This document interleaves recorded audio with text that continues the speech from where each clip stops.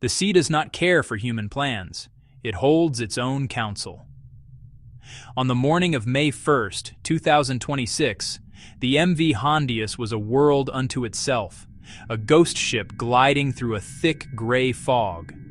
Salt spray beaded on the railings, cold and damp. The only sound was the low, persistent thrum of the engines, a mechanical heartbeat against the profound silence of the Atlantic. The ship was a speck of order in a vast, chaotic ocean. It carried scientists, tourists, and crew, all bound by the shared purpose of exploration. But the fog that wrapped around the vessel was more than just weather. It was an omen, a curtain falling between the Hondius and the rest of the world, turning a vessel of discovery into a cage of isolation. It was in this moment of profound isolation, cut off from sight and sound, that the story of the MV Hondius truly began. It was no longer just a ship at sea. It was a mystery waiting to unfold, a tragedy in the making, adrift in the cold and unforgiving Atlantic. The expedition had been a textbook success. For weeks, the MV Hondius had navigated the intricate fjords and remote archipelagos of southern Chile. Passengers, a mix of avid birdwatchers, amateur photographers, seasoned travelers, had hiked through pristine temperate rainforests. They had marveled at the raw, untamed beauty of Patagonia. The daily routine was a comfortable one. An early breakfast, a shore excursion via Zodiac boats, a return to the ship for a hot lunch, afternoon lectures from the onboard naturalists and biologists. Evenings were for communal dinners, sharing stories and photographs, the excitement of the day slowly giving way to a pleasant fatigue. One of the most popular guides was a young, energetic biologist who had led several treks into the dense forests near the Chilean border. He had a gift for spotting elusive wildlife. He was the picture of health and vitality. It began as a whisper in the ship's infirmary. A crew member, one of the kitchen staff, reported feeling unusually tired. He had a headache and muscle aches, which he dismissed as the flu. The ship's doctor gave him painkillers and advised him to rest. But then a passenger, a woman who had been on one of the final shore excursions, presented with similar symptoms. A low-grade fever, a dry cough, a profound sense of malaise. The doctor noted the coincidence but saw no immediate cause for alarm. Such illnesses were common on long voyages, where people from different parts of the world were brought into close contact. The illness was not a complete mystery to medical science, though it was terrifyingly rare. The ship's doctor, after frantic consultation with infectious disease specialists on shore via satellite link, gave it a name: Andes Hantavirus. It is a member of a family of viruses carried primarily by rodents. This specific type, as its name suggests, is found in the wild landscapes of the southern Andes, Argentina. Chile. The primary carrier is a small creature, the long-tailed pygmy rice rat. The virus lives within the rat population without making them sick. It is a perfect ancient partnership between a virus and its host. The virus spreads to humans not through a bite, but through the air.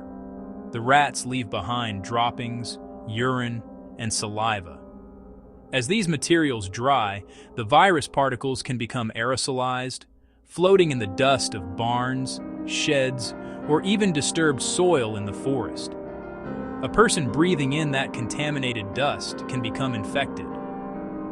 This is the classic pathway for hantavirus infection.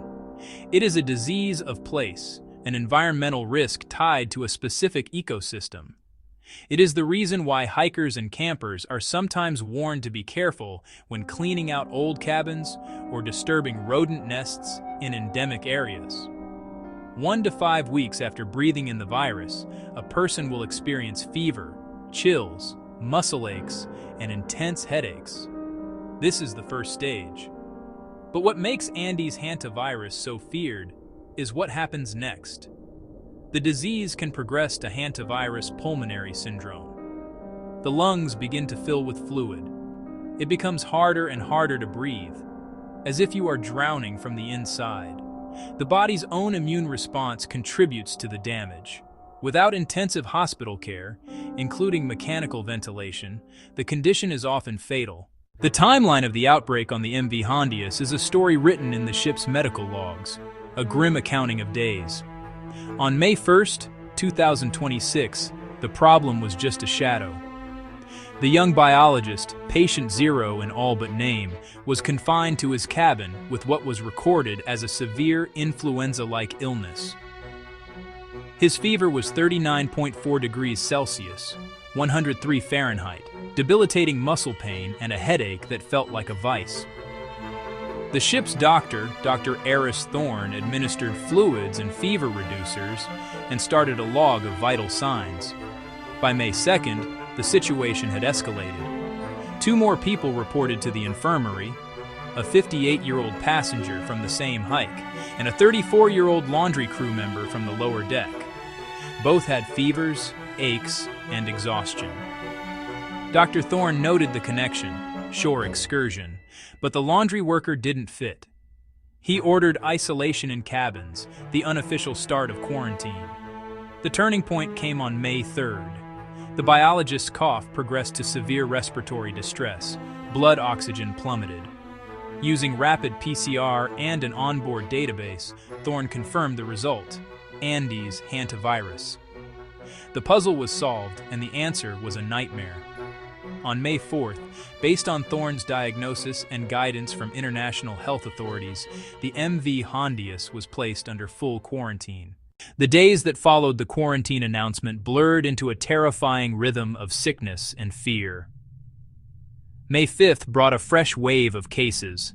5 more people, 3 passengers, 2 crew, reporting fevers and headaches. Dr. Thorne and his small team moved in full PPE, taking temperatures, assessing symptoms, delivering meager packets of medication. The infirmary became a makeshift ICU for the biologist on a ventilator. The pattern was maddeningly difficult to trace. The initial cluster pointed to the Patagonian shore excursion, breathing contaminated dust from a disturbed rodent burrow. But a laundry worker, a chef from the galley, and an elderly passenger who had not left the ship, these cases defied that link. This pointed to the single most feared possibility: person-to-person transmission. The virus was no longer just a souvenir from the forest. It was loose on the ship, moving between them, using the very air they shared as its highway. By May 7th, the official case count had risen to 11. Healthy passengers lived on borrowed time, listening for coughs, checking temperatures every hour. The psychological toll was immense. You feel a tickle in your throat, one recalled, and your mind just spirals. Is this it? Am I next? By May 8th, the 58-year-old hiker showed breathing difficulty. Thorne now had 2 critical patients, dwindling supplies, an exhausted team, and the ship was still over a week from Tenerife. Section 6.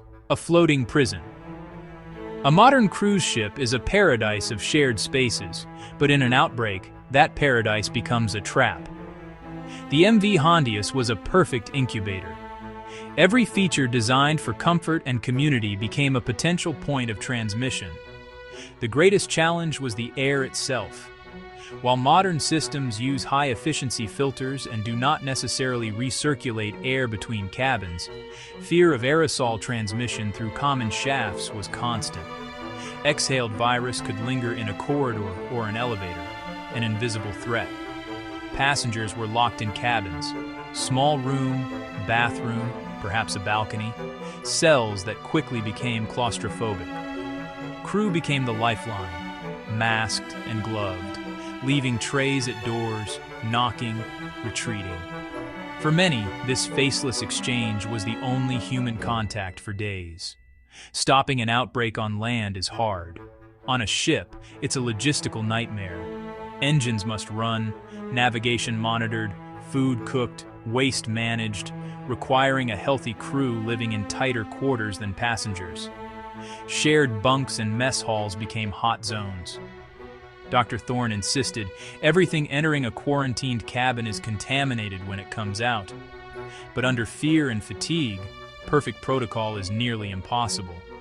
The vessel was a closed system, finite, fragile, and failing. In the vacuum of the quarantine, snippets of communication, official announcements, recorded interviews, leaked messages became the only way to piece together the human story. Good morning. This is the captain speaking. The ship's position is speed, distance to Tenerife, weather. Beneath the veneer of control, he sounded like a man steering a hospital ship through a storm. We have 12 confirmed cases. 2 are critical. We are managing symptoms and providing oxygen support where possible.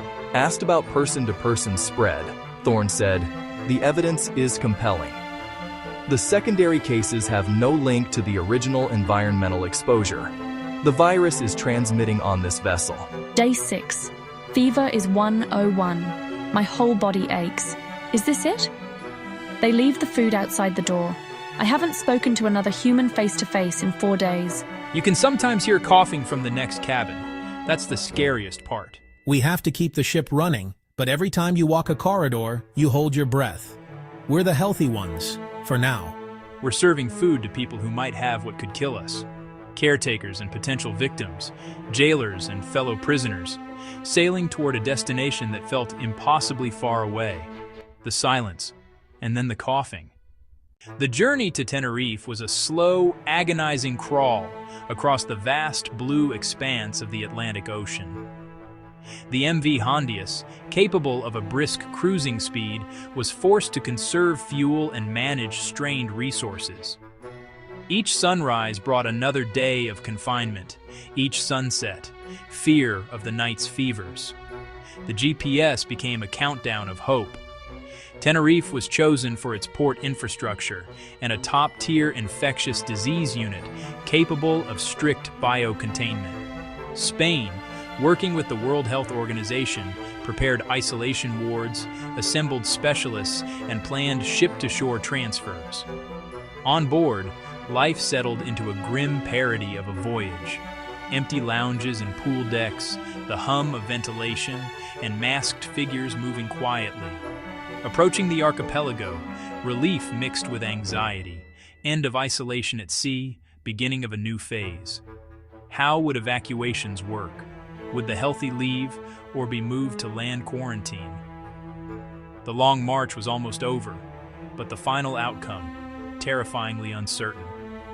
A floating question mark, closing on Tenerife as the questions only grew larger. Today is May 8th, 2026.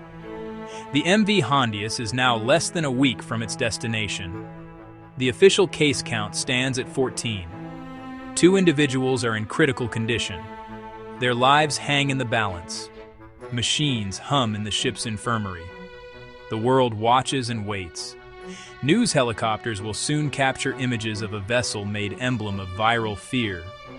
For now, it remains a solitary speck, a self-contained world of sickness and suspense, its fate tied to the steady churn of its propellers. Epidemiologists focus on final shore excursions in Chile. Which trail? Which abandoned hut? Which disturbed patch of ground? How did it spread aboard? A cough? A shared utensil? A failure in ventilation? Finding answers is crucial to prevent the next outbreak. The future for passengers and crew remains shrouded in fog, as thick as the one that enveloped them at the start. They sail toward help, and an unknown period of medical observation, testing, psychological recovery, bound by shared trauma. A voyage veered from dream vacation into waking nightmare. Silent corridors, faceless figures in PPE, constant nagging fear. The ship will be scrubbed, sterilized, put back into service, but forever a ghost ship to those on board. The story of the MV Hondius is not over.